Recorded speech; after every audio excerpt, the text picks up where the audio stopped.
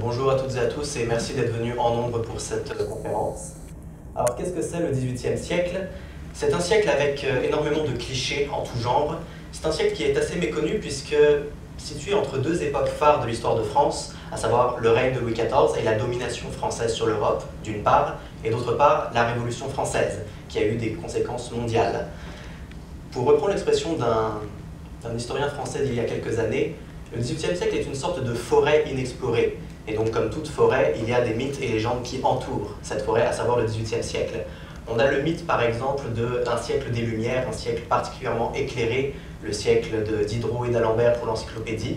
Mais on a aussi le mythe d'une société décadente avec des costumes et des perruques complètement extravagantes.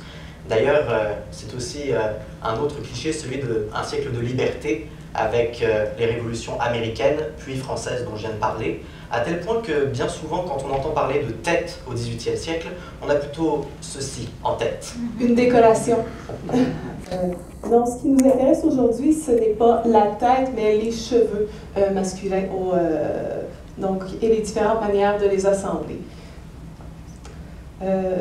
Nous allons nous intéresser au mythe capillaire de ce siècle, que nous n'avons pas encore mentionné. On imagine souvent le XVIIIe siècle avec des robes extravagantes, quoiqu'il est possible, comme vous voyez aujourd'hui, d'avoir une robe qui n'entre pas dans les extras de rubans, de falbalas, et qui peut rester un tant soit peu sobre.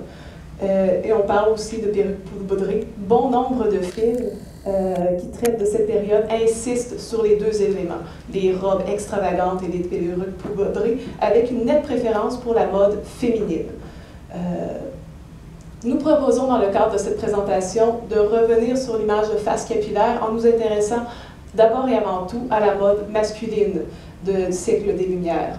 Donc, ce que nous allons faire au courant de cette conférence, c'est aborder l'image du XVIIIe siècle telle qu'elle est véhiculée dans les films du XXe et XXIe siècle. Nous utiliserons ensuite les peintures de l'époque du XVIIIe siècle comme base pour reproduire deux coiffures différentes avec l'abondante chevelure d'Émile. Et vous l'aurez deviné, j'utiliserai les outils de reproduction que j'ai ici sur la table pour pouvoir faire la coiffure. Et finalement, nous vous présenterons et contextualiserons les différentes sources qui nous permettent de faire cette présentation. Alors, dans un premier temps, on va rapidement revenir sur, comme l'a dit Marie-Hélène, l'image du XVIIIe siècle dans nos films des XXe et XXIe siècles. On a choisi, pour faire assez simple, trois aires géographiques, à savoir la France, les États-Unis et enfin le Québec. Alors pour la France, on a choisi le film Fanfan la Tulipe de 2003.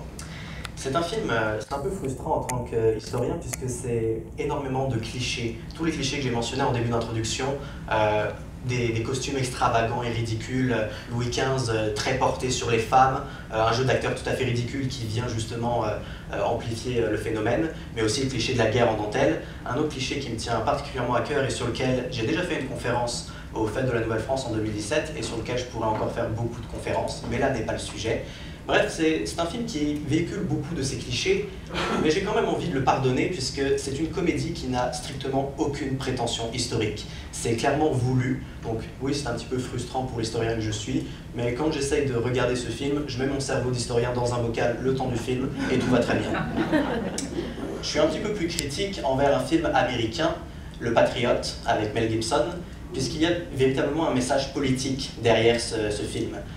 On a d'un côté les gentils Américains qui sont simples, qui sont humbles, qui sont proches de la nature, qui sont un peu désorganisés, mais ce qui fait justement tout leur charme. Ils sont en pleine rébellion, ils n'ont pas véritablement des tactiques de guerre extrêmement élaborées, mais ils sont proches de la nature. Et surtout, ils se battent pour la liberté, importante. Alors que de l'autre côté, on a les Britanniques, qui sont les vilains méchants poudrés, perruqués, totalement ridicules, qui se battent à la guerre en dentelle, en ligne bien ordonnée.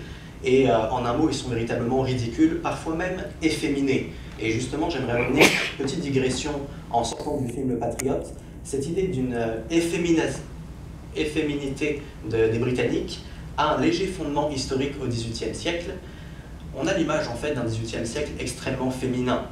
Tous les clichés qu'on a mentionnés en introduction, les grandes robes, les grandes perruques féminines, mais au XVIIIe, il y avait aussi cette idée d'un siècle non pas forcément plus porté par les femmes ou plus féminin, mais l'idée d'une déchéance de la virilité britannique au moment de la guerre de 7 ans, donc dans les années 1750, à la fin des années 1750, les années 1756 et 57 voient énormément de victoires françaises, à tel point qu'il y a une crise politique et morale en Angleterre, et les discours moralistes qui viennent essayer d'expliquer cette série de défaites insistent sur le fait que les Britanniques, la nation britannique, trop au contact de la nation française elle-même, par nature efféminée, avec beaucoup de perruques et d'extravagance et de décadence surtout, ça pourrait expliquer le fait que les Anglais se sont ramollis, donc qu'ils soient devenus, qu'ils ne soient plus invincibles, d'où le fait qu'il faudrait retrouver cette virilité anglaise pour mettre fin au désastre.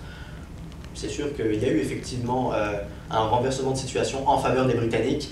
Ça n'a pas spécialement à voir avec moins de perruques ou moins de robes extravagantes, c'est complètement autre chose, c'est beaucoup plus d'ordre militaire. Toujours est-il que ce film, c'est un bon film, c'est agréable à regarder, c'est assez dynamique, c'est bien fait, mais c'est un film qui fait vraiment beaucoup de mal à l'histoire puisque le message est éminemment politique et surtout ça a une telle tribune auprès du public, notamment américain, que tous ces clichés qu'on essaye de contrecarrer sont assez difficiles à casser avec justement des films de ce genre. Au passage, petite précision, sur le petit gif que j'ai créé ici, l'air énervé des deux Britanniques n'a rien à voir avec le visage très viril de Mel Gibson, c'est tout simplement parce qu'ils viennent de voir un vaisseau de ravitaillement exploser sous leurs yeux. On arrive maintenant au Québec avec le film Nouvelle-France.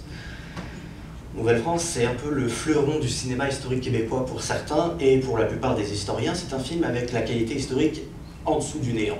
Je pourrais faire une conférence entière sur tous les clichés, toutes les inexactitudes de ce film Nouvelle-France, les costumes, les coutumes, les mœurs, les façons de penser, les façons de s'exprimer, les mythes sur la guerre, le siège de Québec ou autre.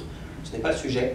On veut juste voir un peu la façon dont est représenté le XVIIIe siècle avec la noblesse. Ici, la figure de l'intendant Bigot, personnage extrêmement controversé de la fin du régime français, corrompu, vendu à tout le monde pour certains, un peu plus mesuré pour d'autres. Toujours est-il qu'on n'avait pas réussi à se mettre d'accord sur une représentation de ce monsieur Bigot, donc on a choisi deux représentations. La première en haut, l'intendant un peu fourbe, sournois, le noble prêt à s'amuser aux dépens du peuple, toujours bien évidemment, avec en bas un noble un peu plus léger, un peu plus nobiliaire si j'ai envie de dire, et qui semble presque dédaigner le peuple. Bon, c'est un peu de la boue, donc je ne veux pas spécialement frayer avec eux, alors que pourtant ils se trouvent dans une taverne auprès du peuple. Mais heureusement, tout n'est pas que misère dans la représentation des films traitant du XVIIIe siècle, comme je vais laisser la parole à Marie-Hélène pour nous montrer le contre-exemple parfait